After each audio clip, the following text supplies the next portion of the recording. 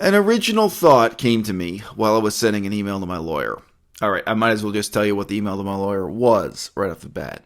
I noticed in going over my divorce documents that the judge very casually insults me in passing, makes a judgment on me psychologically in passing in these documents.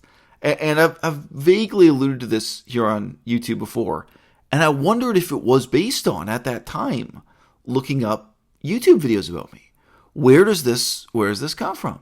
But it says just in passing so casually that you're like, well, this guy, he kind of may have some problems. He seems to lack empathy. He may lack the capacity for empathy. Now, I have no idea. I was not able to attend court. I was not able to be there in person. I was not able to talk to the judge. I have no idea what ridiculous arguments or evidence my ex-wife's lawyer presented to the court. I have no idea. But what I just wrote to my own lawyer now was, look, if somebody says in court, if somebody says to the judge that I'm dyslexic, there has to be an empirical test where I can go and get tested and then say to the court, no, I'm not dyslexic, and I can prove it. Here's the proof. Okay, so the judge has to retract this statement, or you can't judge me on the basis of the assumption that I'm dyslexic. If somebody says that I'm diabetic in court, there must be some test I can get. I can go to a hospital, I can go to a doctor, I can go to a specialist. They can put me through some series of trials and then give this official verdict to the court. No, this person is not diabetic.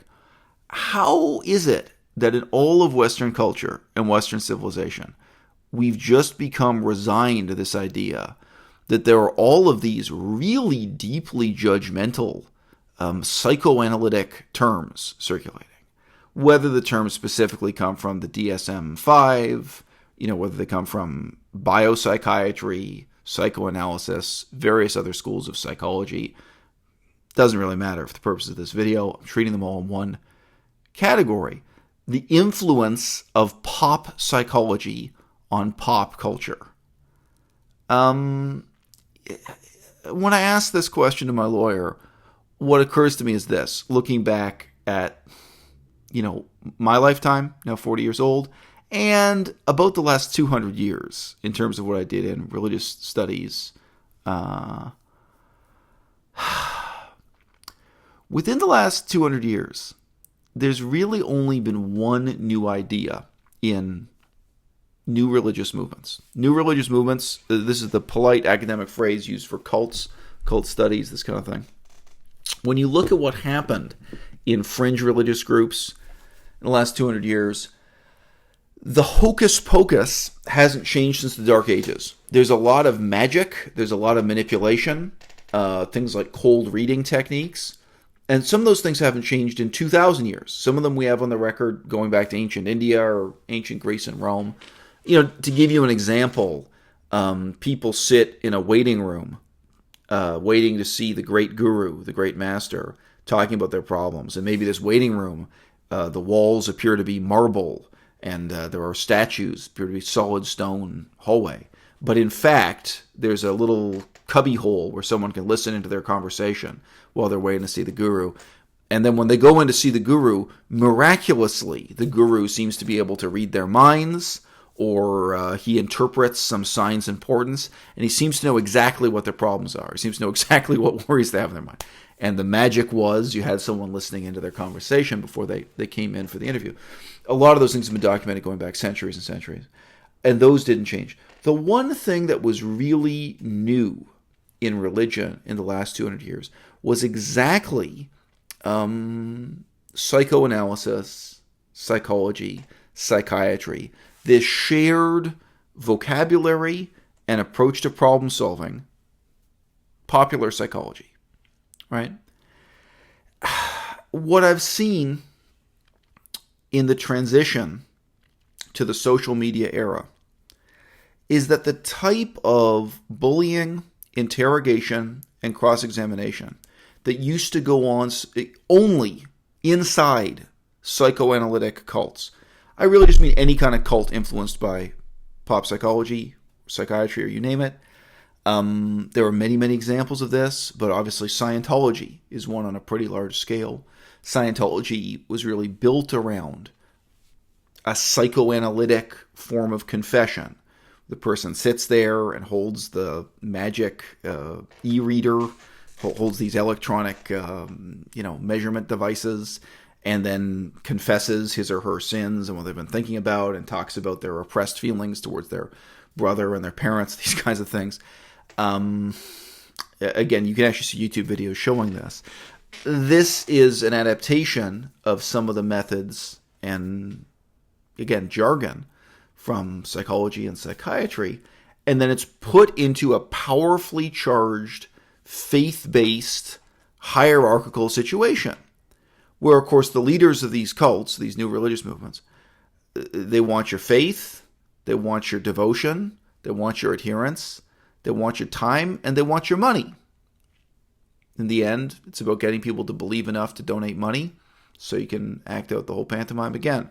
And groups like Scientology managed to collect quite a lot of money through these types of dialogues. So the one thing that's really been new in the last 200 years in religion, and again, Scientology is not the only example, certainly within Buddhism, within various forms of Asian religion, you got to see the appropriation and adaptation of concepts, sometimes directly from Sigmund Freud, like sometimes from a specific source like that, sometimes from pop psychology in general. And of course, you'd get the repackaging of some elements of traditional Buddhism, but you'd also just get complete innovation and direct imitation. I would also say the creation of transcendental meditation as a product marketed to white Americans. This is another example. There are many. What I see now in the era of social media is that this same style of interrogation, cross-examination, and judgment is not happening in a confessional booth, is not happening in the privacy of a cult leader talking to a cult member, or this kind of hierarchical arrangement that so many new religious groups had. It's become a popular sport on the internet, where, I mean, they're the most vocal minority here on the internet. It's not everybody. It's not a huge part of our population. But it's a minority of our culture that casts a really long shadow. And you see people on anonymous message boards like Reddit who just spend hours and hours of their day reading about other people's psychological problems or their complaints about their lives, and casting judgment and casting aspersions. This may sometimes be in the form of giving advice. People who come here on YouTube and through YouTube comments or responses, on Facebook even, which is less anonymous.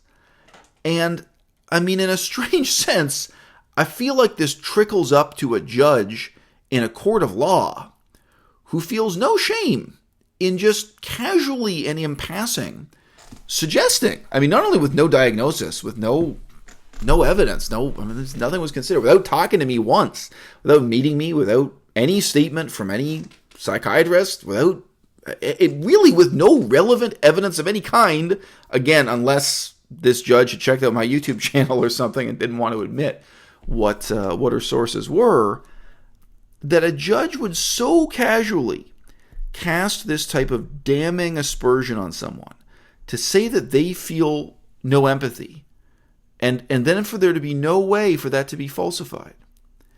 These mysterious, mental conditions that people take such delight in accusing one another of having, being a narcissist, being a sociopath, having no empathy, if it can't be falsified, if there's no way I can clear my name in the same sense that I can clear my name of the allegation that I have diabetes, that I can clear my name of the allegation that I have dyslexia, because I can go and get a test that proves either I'm dyslexic or I'm not, or I'm a little bit dyslexic or I'm a lot dyslexic. If there is no test, if there are no verifiable criteria, how is this different from Catholics in a small village in the Dark Ages weighing up one another's souls. How is this different in principle? I really mean this. From what went on in the Salem witch trials.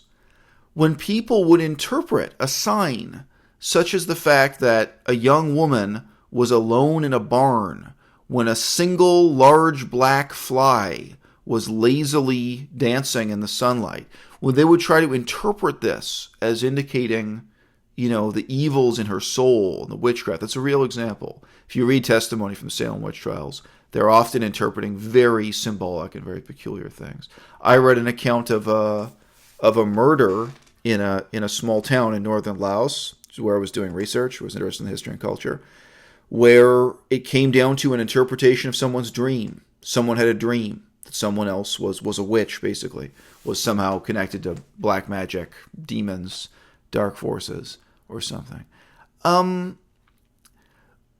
My problem here ultimately is not with the ontological claim that narcissism is real or that empathy exists as something that can be scientifically tested and proven to have a presence or an absence.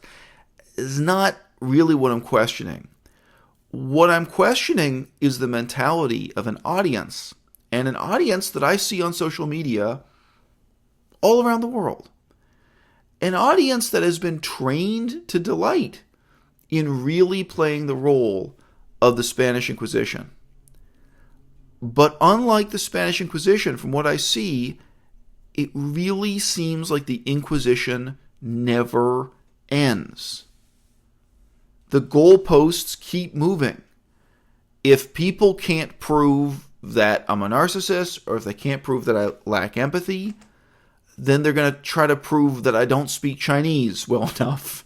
They're going to try to prove that I was lying about the job I had in China.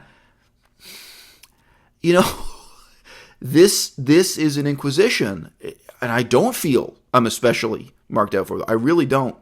I don't think I've received the worst of it. I don't. I think there were a lot of people who are the targets of this to a much greater extent. For whatever reason, they're more appealing targets, or they're more porous, or what have you. Most people want to re-examine the legacy of the last 200 years in the development of biopsychiatry. Obviously, in terms of the negative impacts on the patients, people who are now living with brain damage due to electroshock therapy, due to biopsychiatric drug treatment, neuroleptics, antipsychotics, antidepressants, drugs that are now absolutely proven to cause brain damage, to have very serious negative side effects the rest of your life, and the benefits are not proven, or in some cases have been proven to be nil, which is to say no better than placebo. Okay, that's one impact of the last 200 years of that cultural and pseudoscientific development. And of course, I've already mentioned, there's this kind of focused, specific, peculiar influence that popular psychology had on the development of groups like Scientology, new religious movements, and cults. What I'm most afraid of is the impact on the other 90% of us who don't fall into either one of those categories.